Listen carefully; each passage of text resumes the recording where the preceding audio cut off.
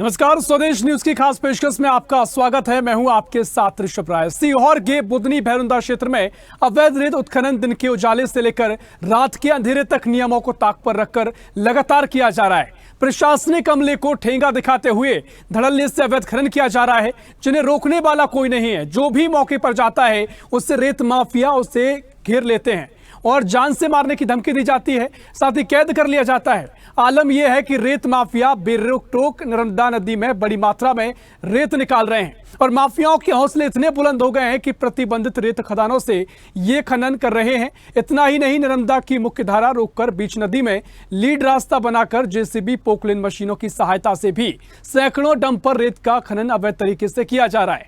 तो वहीं जिम्मेदार विभाग की अनदेखी से एक तो नदी को नुकसान पहुंचा रहे हैं, वहीं राजस्व की भी हानि हो रही है। वहीं जब मौके पर जाकर स्वदेश न्यूज की टीम ने देखा तो इन दिनों बुदनी विधानसभा क्षेत्र अंतर्गत आने वाले शीलकंठ, बावरी, जाजना, अमा, बड़गांव, चोरसा खेड़ी, सदैव, जहाजपुरा क्षेत्र में अवैध रेत खनन कार्य धड़ल्ले से किया जा रहा है।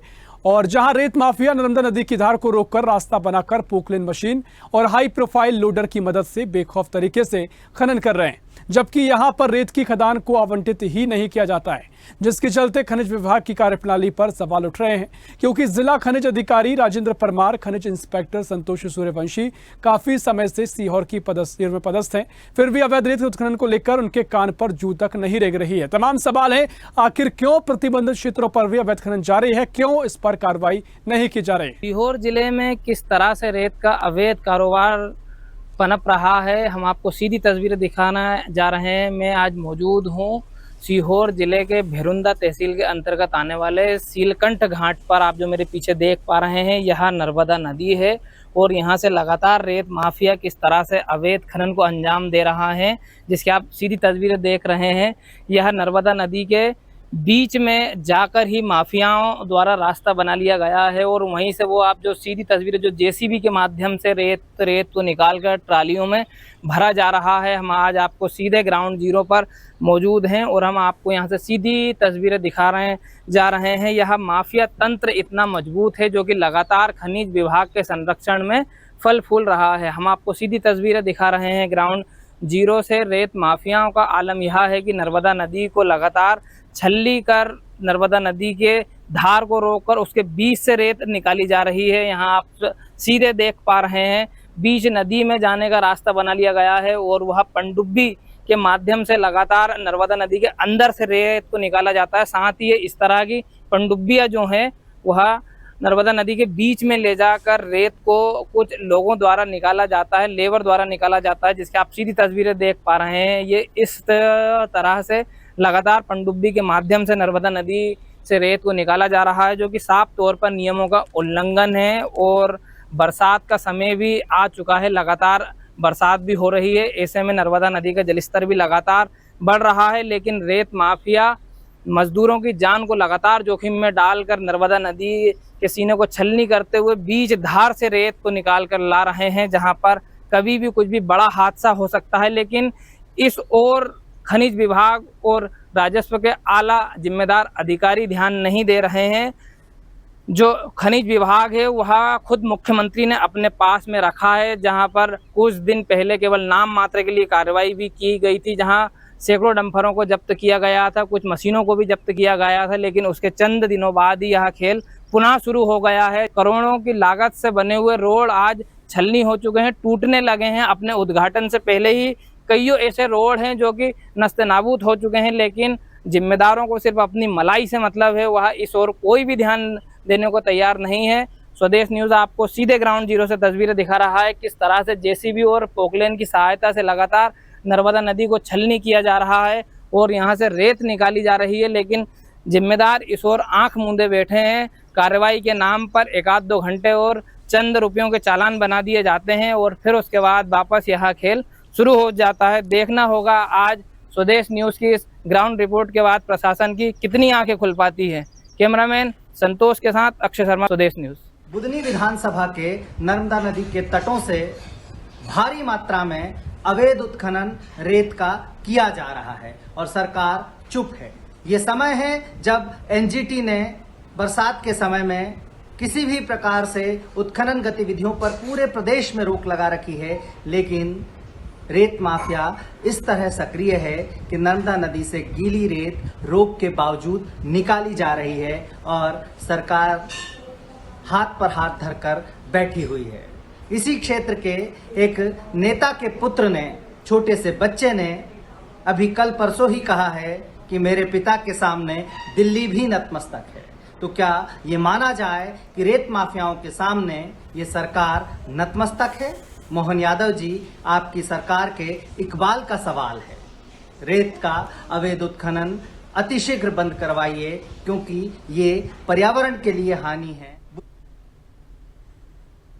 तो ये तस्वीरें आपको दिखा रहे हैं और सरकार की तमाम कोशिशों पर पलीता लगाती हुई तस्वीरें, क्योंकि अवैध उत्खनन लगातार जारी है। रेत माफियाओं के हौसले बुलंद हो रहे हैं। हमारे संवाददाता ने भी ग्राउंड जीरो पर जाकर ये रिपोर्ट आपको दिखाई है और तमाम सवाल खड़े होते हैं कि क्यों कार्रवाई नहीं की जा रही है। मुख्यमंत्री के पास ये विभाग आता है और इसी पर और भी हम जानकारी लेंगे। सीहोर से हमारे सहयोगी अक्षय शर्मा हमारे साथ जुड़ गए हैं। अक्षय, रेत माफियाओं के हौसले बुलंद हैं, लगातार ये तस्वीरें जब देखने को मिलती हैं कई सवाल खड़े होते हैं। जिस तरफ जहां तक प्रदेश सरकार जल गंगा संवर्धन अभियान चला रही है, जो भी नदियां हैं उनको विकसित करने का काम किया जा रहा है, लेकिन यहां नदियों को भी खत्म हो रही हैं और तमाम तरीके से नदियों का सीना छलनी करके रेत निकाली जा रही है और प्रतिबंधित क्षेत्रों में भी ये तस्वीर देखने को मिलती है तो और भी चिंताजनक होती है और कई सवाल खड़े होते हैं। क्यों कार्रवाई नहीं की जा रही, क्या बड़ी वजह बताई जा रही है? अक्षय जी, जैसा मैं आपको बताना चाहूंगा, आज स्वदेश न्यूज भेरुंदा और बुदनी के नर्मदा के घाटों पर गया, जहां से उसने अपने दर्शकों को जो वस्तु स्थिति है उससे अवगत कराया। ऋषभ, वास्तव में हालात इतने खराब है जहां रेत माफिया सिर्फ अपनी मलाई की चिंता कर रहे हैं और उन्हें प्रकृति से कोई मतलब नहीं है। नर्मदा नदी की धार को रोककर बीच धार पे पोकलेन और जेसीबी की सहायता से लगातार अवैध रेत खनन किया जा रहा है और इन माफियाओं के हौसले इतने बुलंद हैं कि जब हम वहां पर कवरेज करने के लिए गए तो उन्होंने हमारा कैमरा देखकर हमें चारों ओर से घेर लिया और वहीं हमसे वीडियो भी डिलीट करा दिए। लेकिन स्वदेश न्यूज डरा नहीं, हमने फिर से दोबारा से प्रयास किए और जो भी उन्होंने घटना की उसको हमने कैमरे में कैद किया और आज आप सभी के समक्ष जो यहाँ रेत का जो काला कारोबार है उसको स्वदेश न्यूज ने बिल्कुल निष्पक्षता के साथ में दर्शकों के लिए प्रस्तुत किया है। और मैं आपको बता दूं, इन रेत माफियाओं की खबर को चलाना कोई आसान काम नहीं है। बिल्कुल जान की बाजी पे वहां पर खेलकर हम वहां पर गए हैं। हमें जब चारों तरफ से रेत माफियाओं ने घेरा था तो उस समय ऐसा लग रहा था कि शायद निश्चित तौर पर देखिए बहुत हकीकत है और जिस तरीके से आपने पूरी रिपोर्ट तैयार की है, हम और आप यहां पर चर्चा कर रहे हैं, लेकिन वाकई में जनता भी ये भली बात ही समझती है। जो माफिया यहां पर खनन कर रहे होते हैं, अगर कोई रिपोर्टर भी वहां पहुंचता है तो अपनी जान की बाजी लगाकर पहुंचता है, क्योंकि बाद में तमाम तरह की बातें उनसे कही जाती हैं, उनको धमकाया जाता है। लेकिन अक्षय, बड़ा सवाल यह है, क्या ये पूरा मामला अधिकारियों के संज्ञान में है और अगर है तो क्यों कार्रवाई नहीं की जा रही?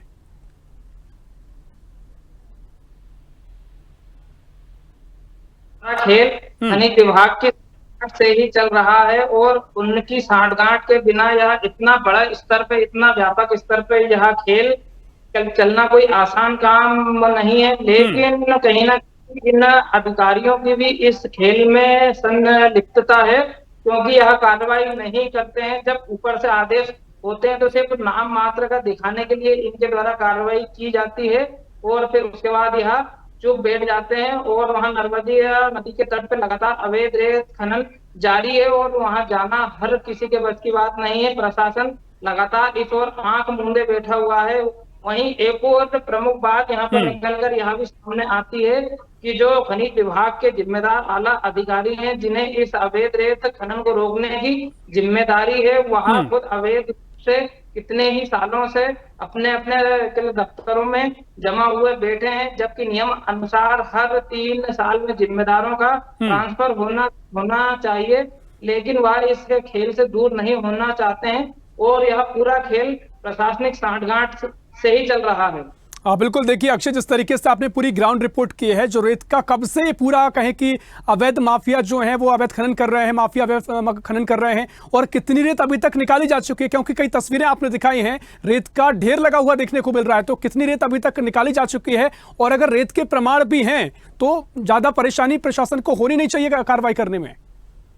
ऋषभ, यहाँ से लगभग हजारों डंपर रोजाना रेत के अवैध रूप से खनन कर परिवहन किए जाते हैं, लेकिन इस ओर जिम्मेदारों द्वारा कोई ध्यान नहीं दिया जा रहा है। इन रेत माफियाओं पर मीडिया तंत्र इतना सक्रिय रहता है कि जैसे ही कोई भी जांच दल अगर उस संभावित क्षेत्र में जाता है तो इनके व्हाट्सएप ग्रुप बने हुए हैं, बाकायदा जहां व्हाट्सएप ग्रुप पे मैसेज डाल देते हैं और यहाँ रेत माफिया मरने मारने तक के लिए तैयार रहते हैं। इसलिए जिम्मेदार भी यहाँ हाथ डालने से डरते हैं और कहीं ना कहीं लेकिन अक्षय सवाल यह है कि अगर प्रतिबंधित क्षेत्र है और उसके बाद भी खनन किया जा रहा है और जिम्मेदारी अगर इस तरीके से बचते नजर आएंगे, उनका सामना करने से बचते कतराते नजर आएंगे, तो फिर सवाल है कि कौन कार्रवाई करेगा? जनता किसके भरोसे बैठे? कल को जनता को और सुरक्षा है, कल को कोई आदमी अगर वहां पहुंचता है, किसी तरह की जो हम देखते हैं कि डंपर होते हैं, ट्रैक्टर ट्रॉली होते हैं, तेज रफ्तार से गुजरते हैं, लोगों की जान को भी खतरा नजर आता है। ऋषभ, यहाँ रेत माफिया लगातार सड़कों पर लोगों को कुचल रहे हैं। अभी अगर हम पिछले साल भर की बात करें तो लगभग ऐसे 3 दर्जन से ज्यादा लोगों की सड़क हादसे में ओवरलोड रेत के डंपरों से मृत्यु हो चुकी है। तो वहीं जानवरों को तो यह कुछ समझते ही नहीं है, जो भी इनके रास्ते में आता है उसको बेधड़क या कुचलते हुए निकल जाते हैं, क्योंकि इनकी स्पीड इतनी अनियंत्रित रहती है। यहाँ सामने आने वाले किसी भी व्यक्ति को नहीं देखते हैं और उसको कुचलते हुए निकल जाते हैं। अभी ताजा हादसा एक 12 साल के लड़के को भी इन्होंने कुचल दिया था, जिससे उसकी मृत्यु हो गई थी।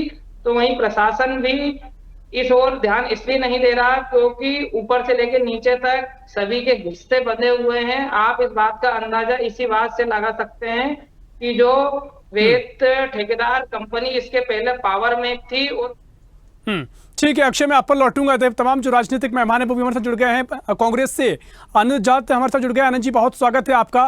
साथ ही भारतीय जनता पार्टी से सोनू जी हमारे साथ जुड़ेंगे, फिलहाल वो नहीं जुड़े हैं।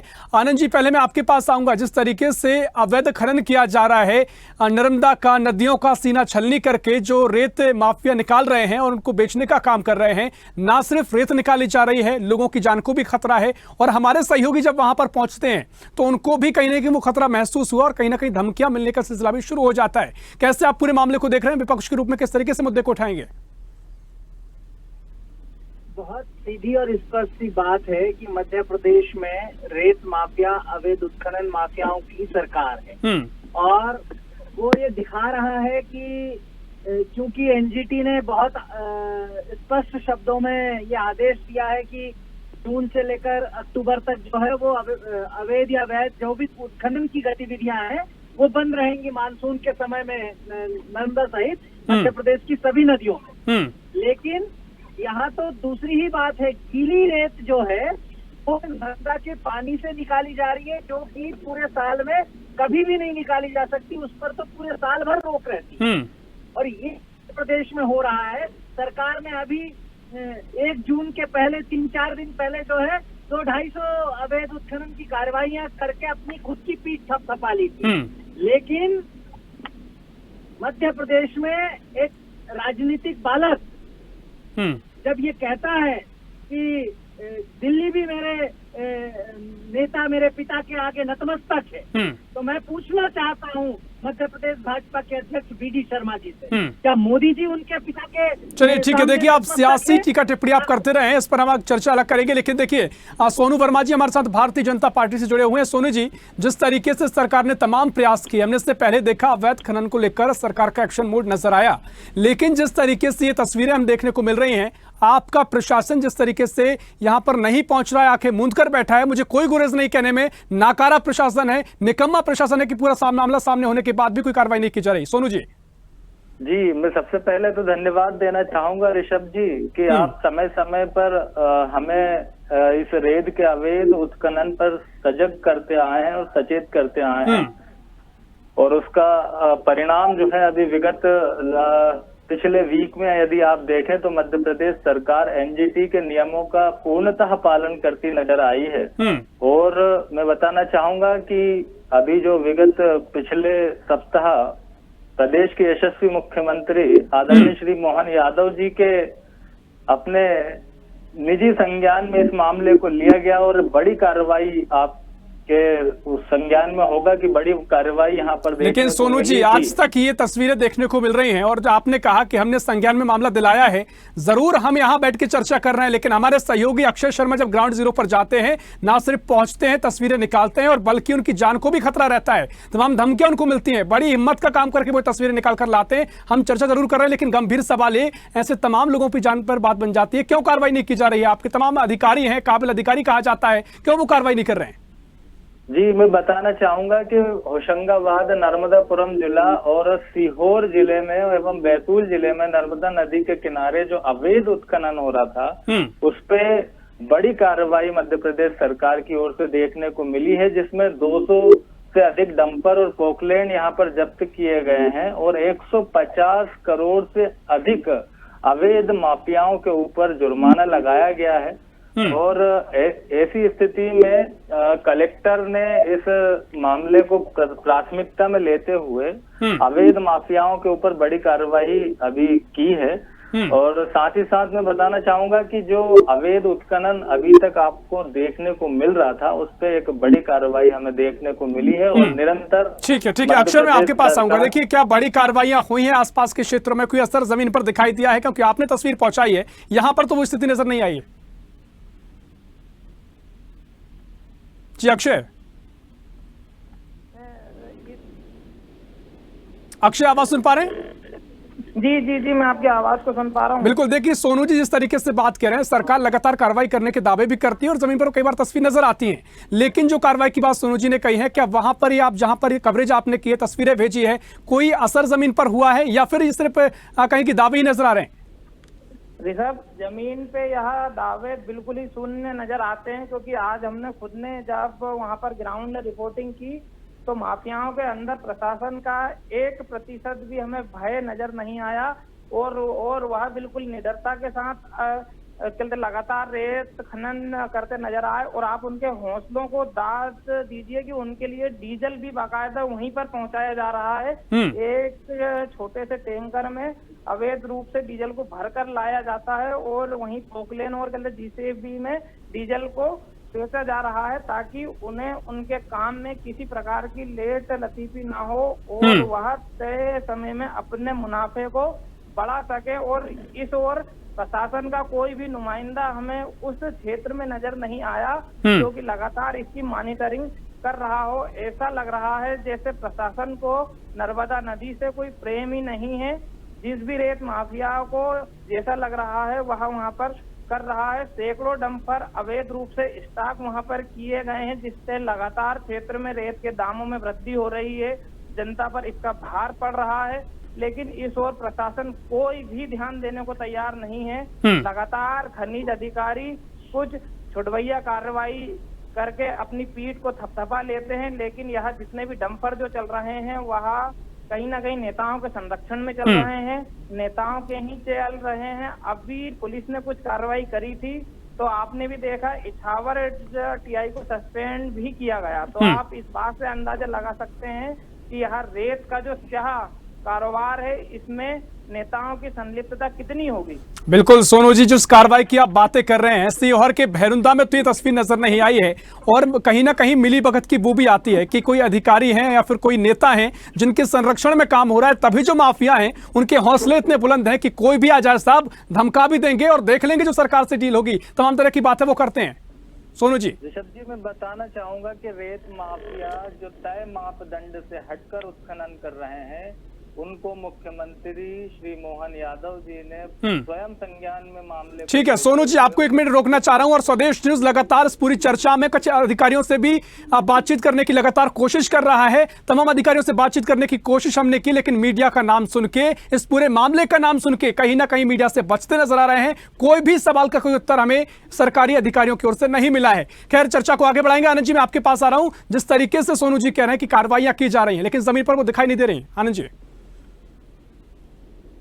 सोनू जी का धन्यवाद। उन्होंने कहा कि मध्य प्रदेश में रेत माफिया है, उन्होंने इन शब्दों का इस्तेमाल किया। मध्य प्रदेश में अवैध उत्खनन माफिया है। तो मध्य प्रदेश में 20 सालों से भाजपा की सरकार है।